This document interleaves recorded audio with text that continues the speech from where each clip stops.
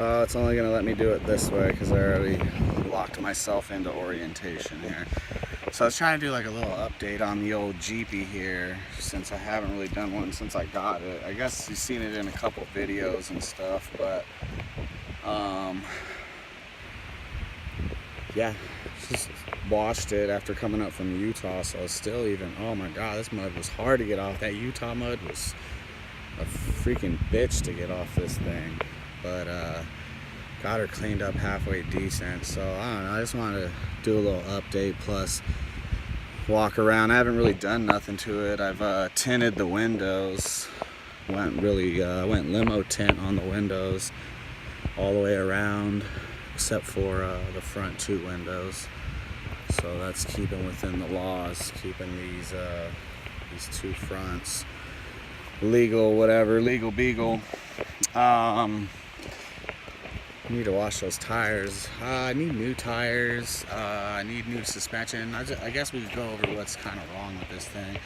So there's surface rust on the frame. There's some shitty rust on the floor pans.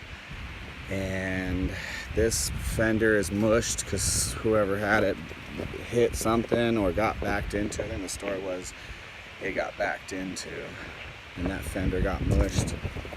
This passenger mirror's held on by some glue, and she's got no ass suspension barely. I mean, I don't know if you could tell from the video how she's sitting, but Elizabeth needs a facelift. Not a facelift, she looks good on the face actually. That's all that's wrong with it. The engine runs good. I've done the oil change. I changed all the bulbs on this whole thing, checked the coolant, topped off the coolant, all fluids checked and topped off, all bulbs and stuff replaced so you don't get pulled over. What else did I do? The fan shroud was busted on this thing. I ordered a new one off of eBay and put that in. Maybe I'll do that on another video because this hood is hot as fuck and I don't feel like messing with it. It's so hot out right now, so I was trying to find a little shady spot so I could do this little video here. But so that front fender, which is not driving me really that crazy, it's not really even that bad. I would say not having a tow hitch is kind of driving me crazy. That back suspension, because once you get into the off-roading or even soft-roading, she's all fucking dragging ass, and got to do something about that. I'm wondering if I could just redo the suspension on this thing and maybe do a leveling kit on it for half the price as lifting it up, because they want $1,600 to lift this thing up on that Rubicon Express suspension lift, I guess. But other than that, like I said, she's full of mud on the bottom, so I couldn't show you anything anyways. But besides those cosmetics, and then, you know, the rust won't be a problem out here of getting any worse anyways. But I don't know. It's pretty clean too on the inside. Kids are already dirtying up the seats and shit. And I got all my work junk in here already. Let's see if I could. All my work junk, plus I got camping junk back there. Yeah, she's pretty clean. I just vacuumed and cleaned her up. I'm just trying to finish off here. Those the fabric on those visors was flaking off. It was old and just flaking off and like going in people's eyes, so I just cut them off, and I just got bare visors right now until I figure out what I want to do. Probably get them reupholstered. Probably do this top too before it goes. You see, it doesn't look too bad, but there's those little cuts like that. And then the cover for the speakers, the speaker holder, or whatever the hell you'd call it.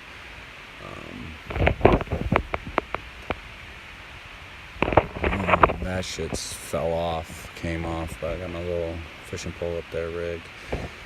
Anywho, that's pretty much the update on the Jeep. She's running ran really good. She ran really good up in the boonies in Utah. Like, there's no way I would have made it. I think even with the truck and some of the spots, I don't know. Maybe actually with those 35s, I probably would have made work of Utah with that Ford truck, but I would have used so much gas. This thing used like a half a tank of gas to do like 300 miles. And maybe just under 300 miles. I was getting like awesome gas mileage with this thing. That's all I know. It was short of 300 miles, but I made good time, good work of getting through the shit, and it didn't cost me a whole lot.